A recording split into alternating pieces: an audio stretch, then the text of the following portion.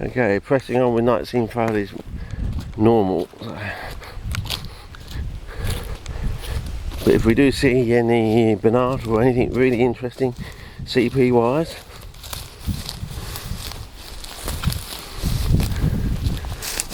so you can see in the distance there now, that looks like bracken in the distance up there on the hill. We sort of photographed that roughly last year and thought that it wasn't worth, we could get to it by another road on the other side, but we didn't really know about this down here, so, and we still don't until we actually get down to it. But the fact that the whole hillside is covered with tea tree is a good sign.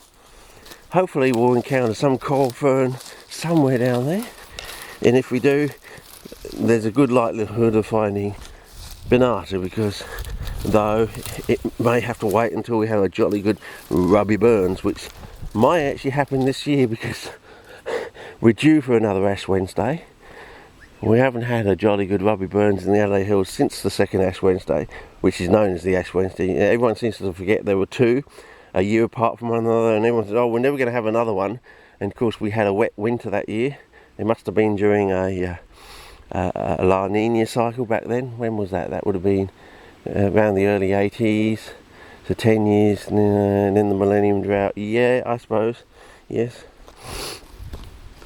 So and everything grew back even richer and denser than it had before. So when we had the second Ash Wednesday, which is known as Ash Wednesday, in 1983, I think it was the 16th of February 1983.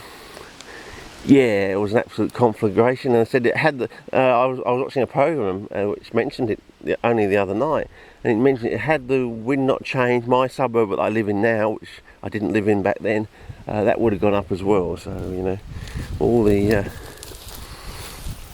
my suburb, and we know how bad it is because we had a bushfire down the back of my place in 1998, 2 days after my birthday on the 24th of February, and it started at 3:20 in the afternoon from school kids smoking cigarettes down the creek, down Sourbriar Creek, and within 20 minutes it went from 3:20 to 3:40. I looked out the window at about 3:30, and the concrete was all orange, and I thought the air conditioner had caught fire because we'd only got it in like October the previous year in 97, and so we barely had it 5 months, half a year basically.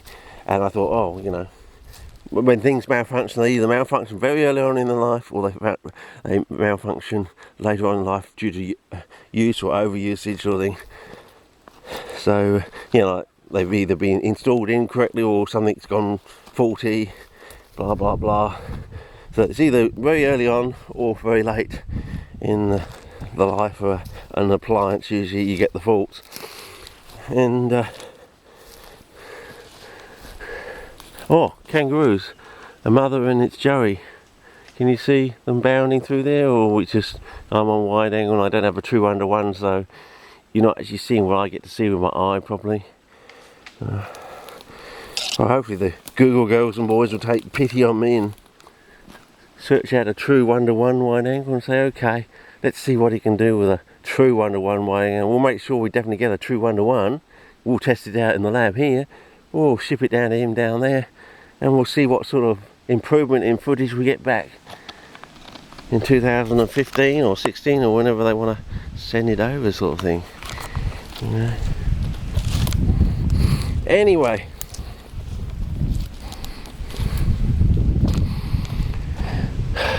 I know I do take the piss out of Greg Burke, and I do take the piss out of Stuart McPherson, but if you'd seen the 200 or so pages of Diarrhea cultivars in the Diarrhea book, I think it's well justified. So in other words, my book has got 200 pages of Diarrhea cultivar photographs, basically, with a bit of blurbage, and the blurbage doesn't vary too much between each one because it's basically saying the same thing.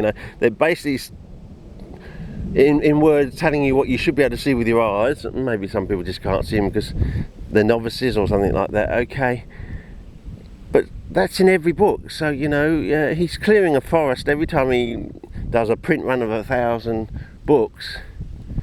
You know, all this blah blah blah about, or we print them individually. Well, that's fine, but if you're still printing individual books with 200 pages of the same information, the same photographs, over and over and over again, eventually you've got to go through a forest of paper, surely.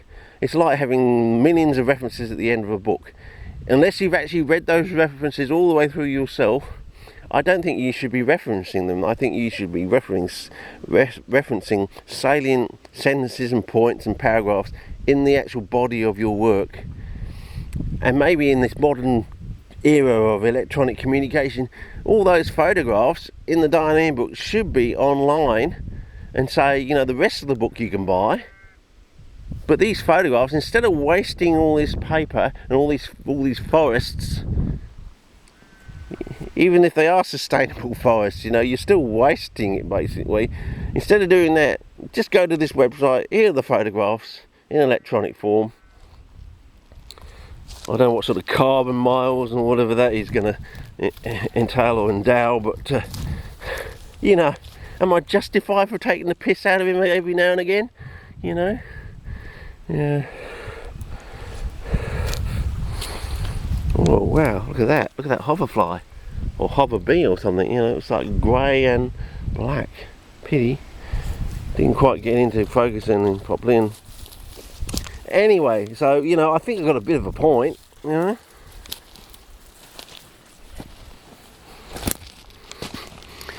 I gave him my carte blanche about half a decade ago, and I don't think he's quite living up to it, you know what I mean? I'm getting to that stage where, you know,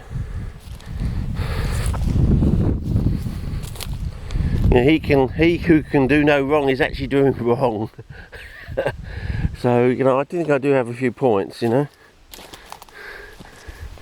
And basically, as I said, I'm almost through the diary book now. But I don't really want to read 200 pages of the same sort of crap about all these diary cultivars, which is, to me, it's like putting the cart before the horse, you know.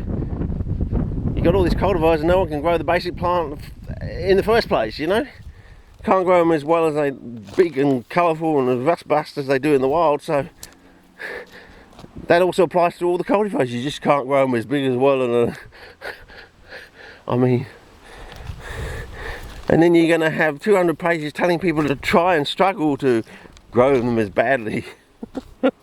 Oh yeah, I know, it is a bit, oh, got a bit of colitis down there, so it's starting to look a bit like that sidetrack, the yeah.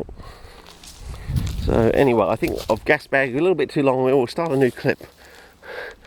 Yeah, from here, but it's a nice slope. Got a feel to of, you know, that walk down to the other swamp we go to from the you know, the Stobie hole thing, and also the feel of the sidetrack we go to on the wet wall sort of thing. So starting to get that feel down there, but it's cool up here. I don't know how cool it's going to be down there. It could be another 5 degrees cooler, maybe 10 degrees cooler.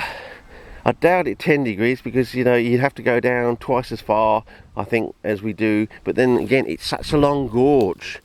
So instead of like going down like we do up at Cleland, we walk down like twice as far, because it's such a long gorge, and the air can actually pool in there overnight.